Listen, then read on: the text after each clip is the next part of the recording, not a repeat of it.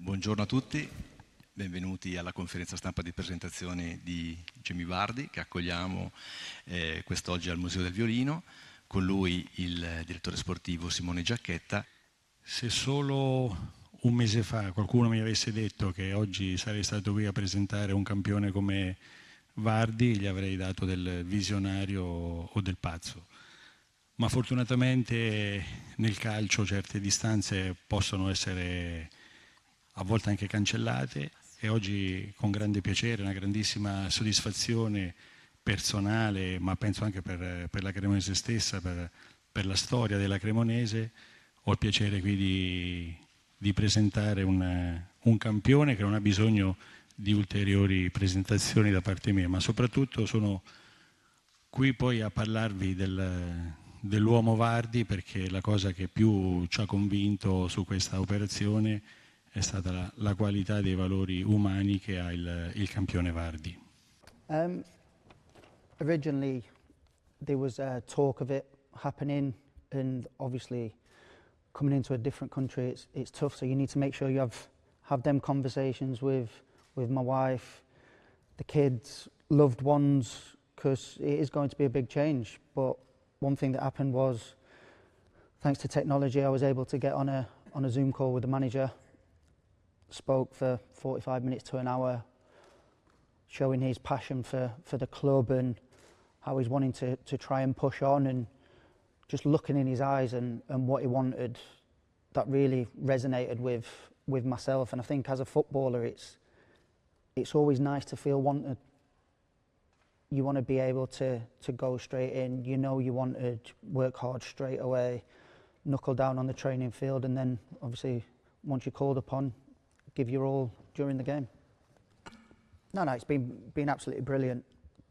I was told it was quite a quiet city, which I'll be honest, for the past few days it's not been that quiet, but it's been really enjoyable meeting the fans, whether I've gone out for dinner or lunch, getting to explore, going to the top of the tower was unbelievable with the panoramic views.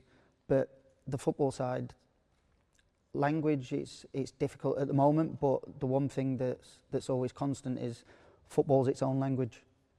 You can always talk through football, so being able to train with the lads, being made to feel welcome, it's been a great start and definitely a great first week. No, I think having sat down with the manager and the owner, the main task is making sure we stay in the league. And if I'm honest, that's how it was when I was at Leicester. There was never any, we're going to go for this. It was always, we need to stay in the league. That's the main thing. So all you do, you go out, you take each game one by one, you give your all. What will be will be. Back then we ended up winning quite a lot, and that's football. At the end of the day, on a normal match day, it's 11v11 and anyone can beat anyone. So we'll just be working as hard as we can on the training field to make sure that we're ready for every single game that comes up. Take them one by one, and we'll see where that takes us. Yeah, I mean, like I say, during the summer on the Instagram, I was making sure that I was keeping myself fit and in shape. Managed to enjoy and have a little longer summer with my family, which as footballers we don't normally get, so that definitely benefited me as well.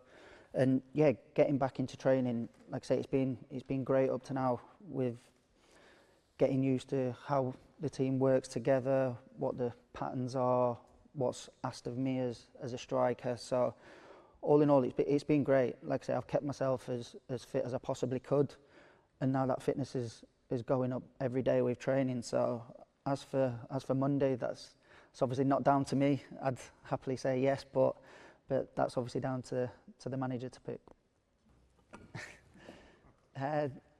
No, there was nothing promised. I had to tell them, obviously it's the dad moving to a different country, so they needed to know, but there was a lot of excitement from him, a lot of excitement, and in due course they will be out here, but there's a process to go through, obviously with the visas and stuff, but it's going to be an enjoyable experience, not just for myself in playing football, but for the family. They'll be learning new languages, getting used to what it's like living in Italy. So it's one thing as a family that we're all really looking forward to. No, I mean, to be fair, ever since I was a kid back in the UK, they used to show all of the Serie A games on Channel 4, so it was great to have football on a Sunday morning to be able to watch it. But obviously over the years you get to see the Italian games because every single game is live now. There's always a channel that you can pick it up on, and it's a really good league. It's as simple as that. It's one of the top leagues. You can see this slightly different from the Premier League, probably more tactical, a bit more possession, but even last year I was playing with Enzo Maresca, and he's brought that style with him to the UK, so it's not like I've not been involved in teams that can play that way. So really looking forward to it. As for the Ranieri bit, I've not had a chance to speak to him yet, no, but I know that he's sung my praises to the manager, so I better not let him down. I don't really feel comfortable with announcing numbers on teams that came in or anything. It wasn't like that. People come in, and at the end of the day it was down for me to make a decision, and my decision with my family was obviously Cremonese, and that's one that I stand by, looking forward to it. And as for an idol, I'd probably say it was more back in the day when I was a kid watching football, and seeing the likes of Del Piero scoring week in, week out is always enjoyable to watch when obviously you're a striker yourself. I think the thing for me personally is, throughout my career, I've been doubted. Always have, probably always will still.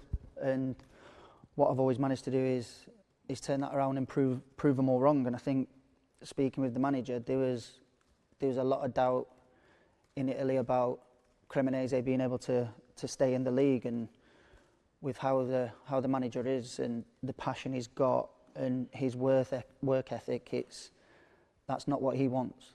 And I think with how the lads have started, it's been unbelievable. We know it's a long season, but that's the road he's wanting to go. It's wanting to be the underdogs that are overachieving.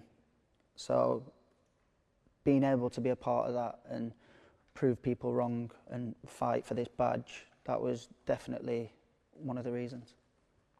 Yeah, there's only really one of those I've been speaking to for the entire summer. We still keep in touch as much as possible, which is Enzo.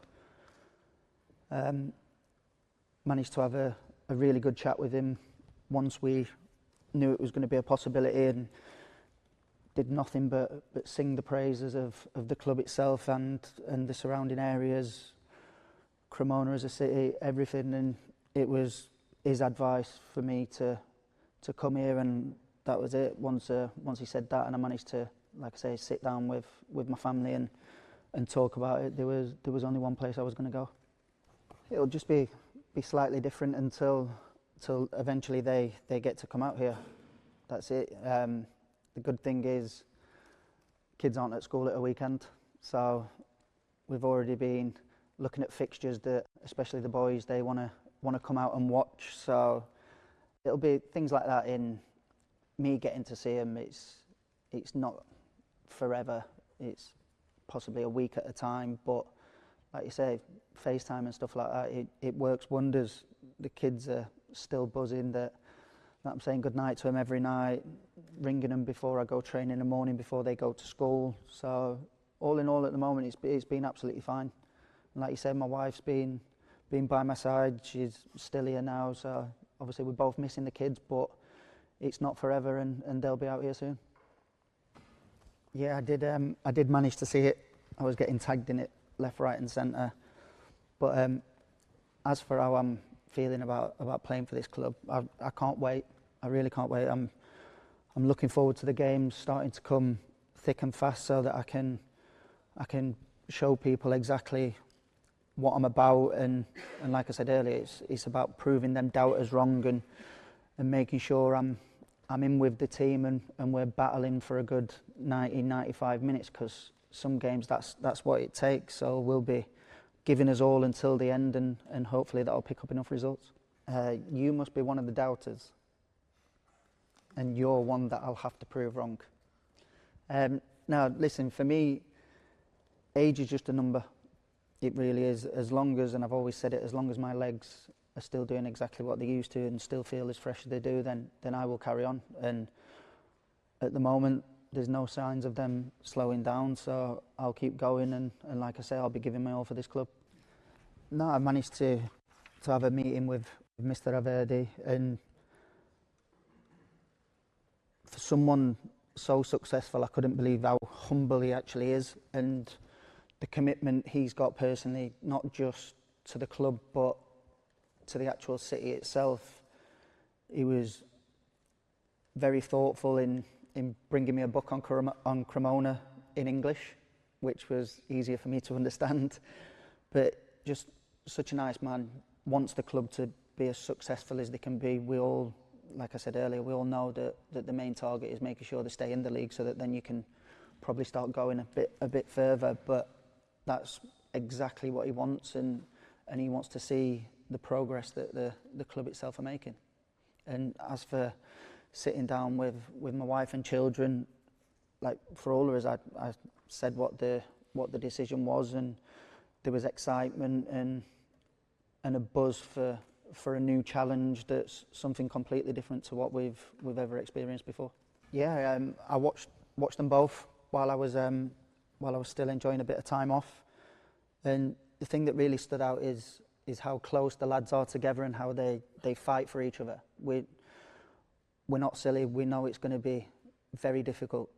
It always is. As a promoted team, you find it tough, but to get the results that they have to start with has been unbelievable. But we also all know that there's a long way to go. So we've got to make sure that the standards are that high for every single game that we come into, and like I said earlier, hopefully we'll just keep picking them wins up. Like I touched on earlier, we've played a similar way under Enzo Maresca, and people were saying that I wouldn't be able to adapt to that, and I finished that season with 20 goals under him. So you can never be, obviously at 38, you can never be too old to learn. You can always learn. So that's what it's down to now. It's about me getting the training in with the lads, and then when we come to game days, it's me visualising what the opponents do on videos and stuff like that, and where I could either exploit them or exploit in a position where it helps one of my teammates out, so that we end up with the ball in the back of the net. I think that's just the way football's gone in general. If I'm honest, it was happening all the time in the UK, and then it always ventures on. It's just a part of football and its evolution. You build up from the back to get the keeper involved, so it gives you an extra man at that moment in time, and then it's always finding the spare man if someone does start to press. So yeah, you're right. You have to time your press to where you want it to go. So you set up in a way that you can force the team one way, and then that's when you lock them in and get them in a corner, and that's when hopefully that's where you either get the ball back there or they've got no other options, and it's pinged as far up the field as possible, and then you regain possession to start your attacks. Yeah, as a footballer, you always wanted to be involved in games like that, but for me personally, I think having that extra time off this summer and being able just to relax with my family, it's probably helped me out a bit more. Just being able to relax and not having the full-blooded pre-season of double sessions every single day that tire your legs out and struggling to get back fit. So I think on that side it's benefited me. As what you were saying for the goal scorers, you can't do anything but congratulate them, can you? Especially getting a win at the San Siro. It's probably one of them games where you don't think you're going to get one, but you give your all and anything can happen. I think the lads that day played absolutely unbelievable, defended for their lives, and then pop up with 2 goals like that. No, I've not had the chance to meet, and no, and like you said, I've also seen them videos. Some of them are very crazy with drinks flying everywhere as well, but No, it's great to have songs obviously sung about you. It means you're doing something right in your profession, and I've obviously been successful enough that I've managed to get the songs. No, I mean, as a striker, that's all you ever want to do. You want to help your teammates out as much as possible by scoring as many goals as possible as you can. But I've always been a firm believer as well that the main thing to come out of any game is picking up 3 points. So if that's me setting up a goal that makes it 1-0 and that's how the game finishes, I'm also as happy as I could be if I was scoring. So listen, as a striker, you do everything you can to score. It doesn't always happen every single game, but as long as you're getting the chances, it shows that you're putting yourself in the right position to actually get on the end of them and give you a chance of scoring. Grazie a tutti per essere intervenuti a questa conferenza stampa. Prima di chiudere vorrei ringraziare ovviamente tutto il personale di CR1 che ha reso possibile la produzione, i ragazzi dell'ufficio comunicazione e marketing della Cremonese che si sono adoperati perché tutto potesse andare per il meglio, ovviamente grazie agli intervenuti, al direttore sportivo Giacchetta, a Jamie Vardy, alla sua famiglia. Chiudiamo con la fotografia di rito della maglia di Vardy consegnata dal direttore sportivo. Ovviamente grazie anche a Patrick Hendrick per la sua collaborazione.